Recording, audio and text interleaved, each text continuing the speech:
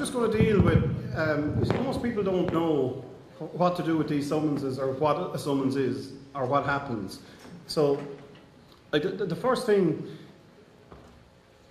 a summons there, it just says this will state your right to sue. So everyone has a right to sue.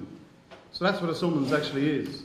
Or else someone else can sue you. So like what a summons is you have the facts of the case are put on the summons. So that's exactly what they're suing you for or whatever, and then the law that controls it. So obviously there's some sort of law that backs the thing up.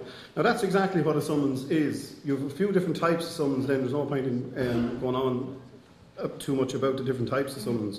But a plenary summons is what we would be, most of the banks, this is the game the banks are playing, like they're sending out what's known as a summary summons in the High Court for most of these repossessions that we're dealing with at the minute. Now, a summary summons means that the bank have, say, all their ducks in a row and everything is perfect and they're just going in for the kill. That's what a summary summons is. And it can be processed immediately and it's done on affidavit. They back up their summons with an affidavit and then you submit an affidavit and the judge reads both and then he decides to go with the bank. That's the way that works.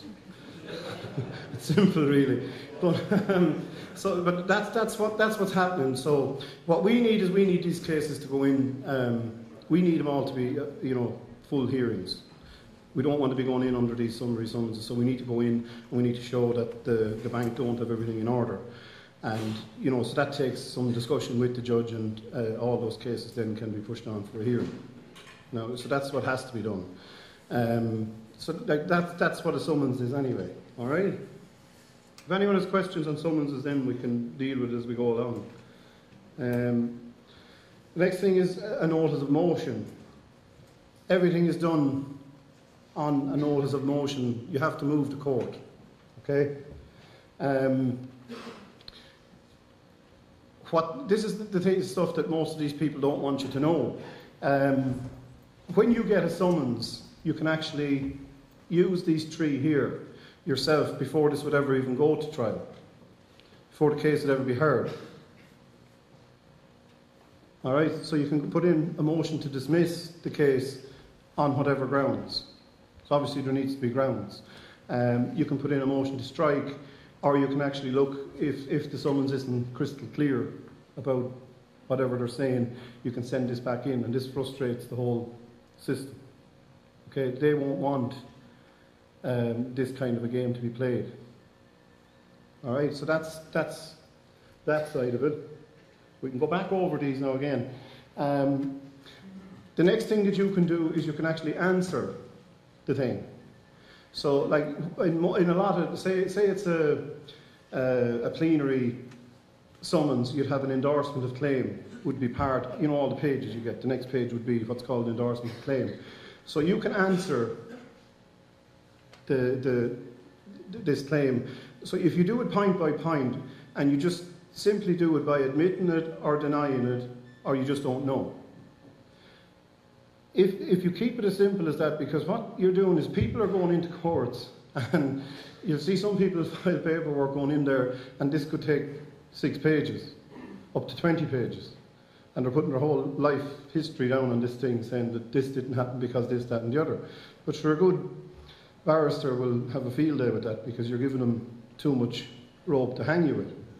So if you just keep it as simple as that, so you either admit it, like if it's something and it's genuinely the truth, well, you can't deny it.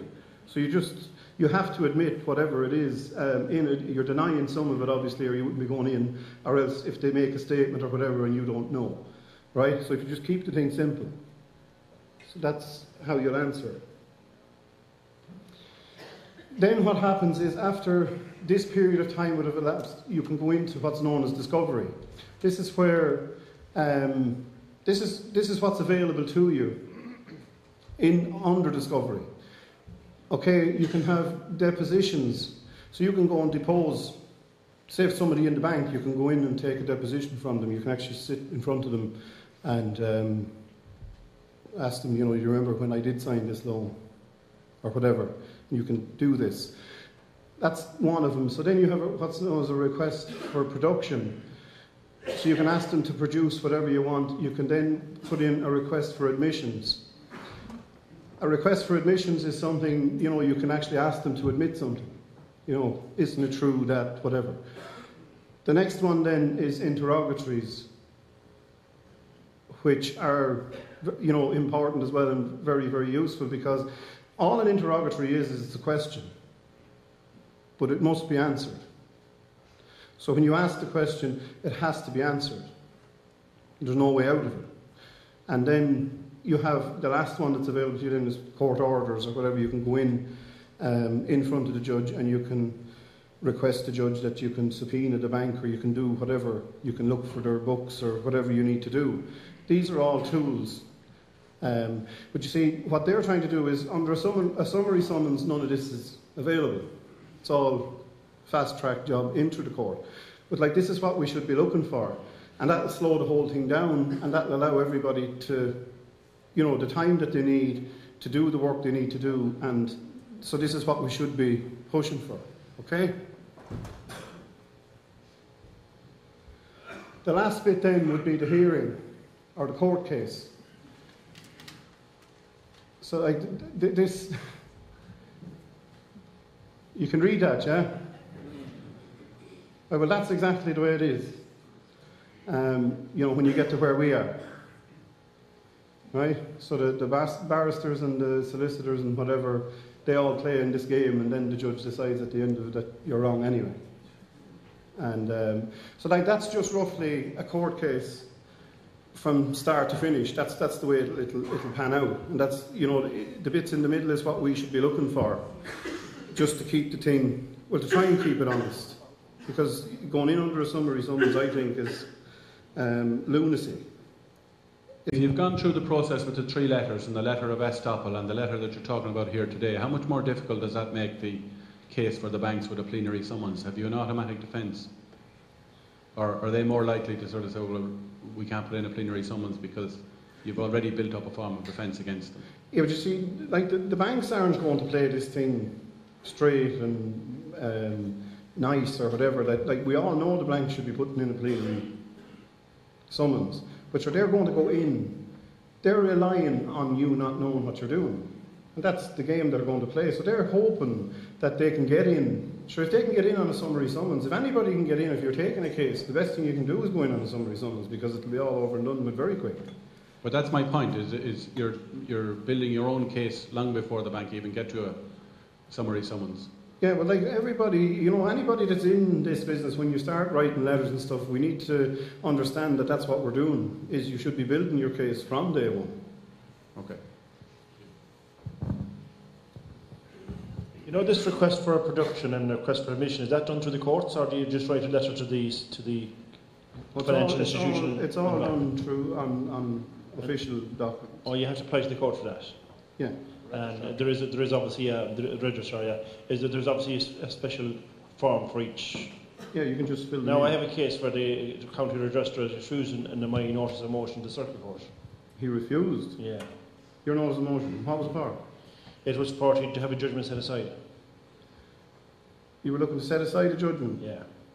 In the circuit court? Yeah. And what? I had been before. I've already had a notice of motion before the registrar, and his attitude was, well, I done nothing wrong. I follow procedure, so therefore, if I was to set your judgment aside, I would be admitting that I made a mistake.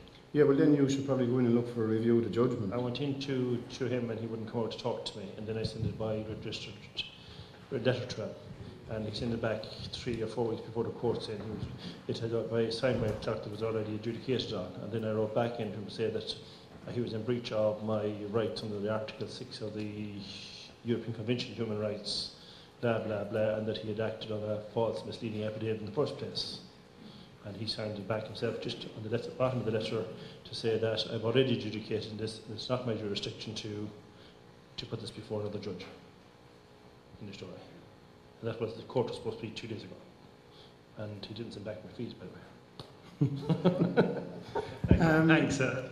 Yeah, but you could put in for a review of the judgment. You can look. It was the registrar that made it, Well, you could look to put it in before the judge, and if that's... That's what I was trying to do, but I know it's the motion first. I named certain Yeah, but you're looking... Yeah, but I don't know what grounds... Well, the grounds was that I hadn't been notified of the court in the first place, that the bank had earned in the first place. That he And had have you sort of grounds that your man didn't act properly? Well, the act, he acted, I had a note, I had my own appearance in, with the proviso that I couldn't put in a defence because I hadn't got my paperwork from the bank. In the meantime, I went to a solicitor for a consultation, and he put in the appearance that I didn't know he was putting in, even though I told him on the day that I wasn't using them because it was too expensive and I couldn't afford them if I could have used them anyway. You know, I'd made that clear to him, And he put in, and then they were writing to him instead of to me. He did ring me up and say, get in here at once, and I said, I'm not using them, So I wasn't knowing the wiser. So next thing was the judgment was rubber stamped, and he said, well, if you have a problem, we'll go back and sort out the loss side, which you might as well be. Yeah, but sure, like you can actually bring it up to the High Court anyway. I have to, Yeah, but it's more civilised up there anyway. But they don't put you in the other station if your phone rings. Yeah.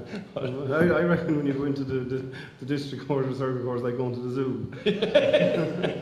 So you're better off up in the High Court.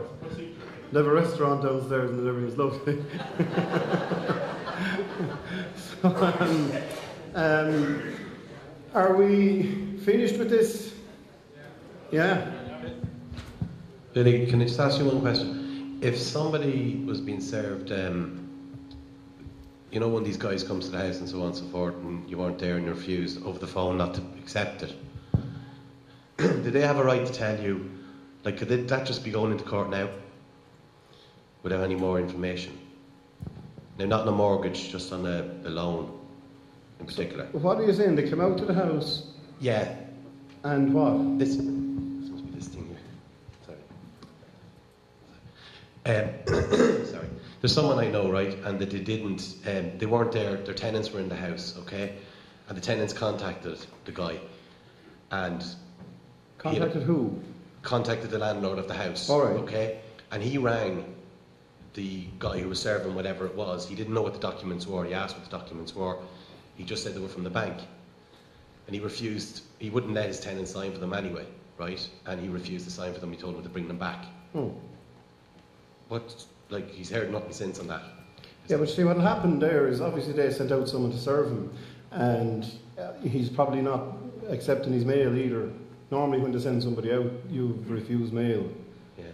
And so what will happen there is they'll have to go back in before a judge, and they'll have to tell the judge that after sending out mail, and they'll produce the copy of the receipt for the postage and stuff, and the judge will look at that, and then they'll say to send out somebody, a personal server or whatever, and this guy is avoiding the summons, and then the judge will make a ruling that they can serve you by ordinary post to your last known address. But they still would serve something else, would they? But that's how it's done then, you're deemed served.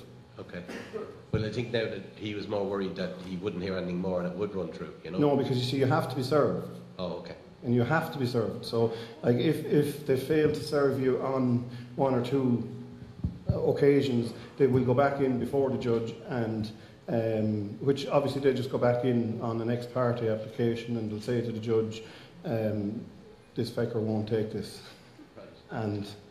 But he'd most likely hear something else. But the judge then will just make a ruling, and he'll allow it to be served on either short. He might even give them short notice. That'll be written up the side of it. You'd often see it when you get the summons be handwritten up along the side of it, depending on how quick they want the thing to come in, and then they'll just post it out to you by ordinary post, and then you're served. So that's what happens. That's how people are getting these judgments against them then, because when they get it by ordinary post, most people are confused. They think they're not served. Can you send it back with this return to sender, no contract, and I don't recognise you, don't understand your intent, etc., etc.? Well, you can do you can, but obviously it'll have consequences, because they'll go in before the judge and they'll show this. And what happens is, eventually one of the days, you see, you're getting this registered post or whatever, and it's being returned to sender on or whatever, and eventually it's the same situation. They go back in front of the judge and they'll show, look, this guy just won't accept this. And the judge will say, right, we'll just send it by ordinary post, and that's it. job done, and you're served. So they go on ahead then, and so obviously if you've sent that back, they've gone ahead and you've got a judgment by default.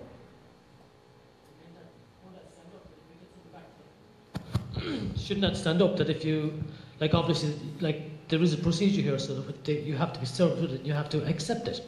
No, but sure, you're not like. But you have to accept it, don't you? No, you're not. They went back. They'll go back in front of the judge. They'll tell the judge the fecker won't accept it. Well, that's fair enough. If So accept it, what no the contract. judge says then, well, if the fecker won't accept it, send it to him now, because I'm telling you he has accepted it, and just post it to him under ordinary prepaid post, and now he's served. But you will at least have to do that. Oh yeah, you have to.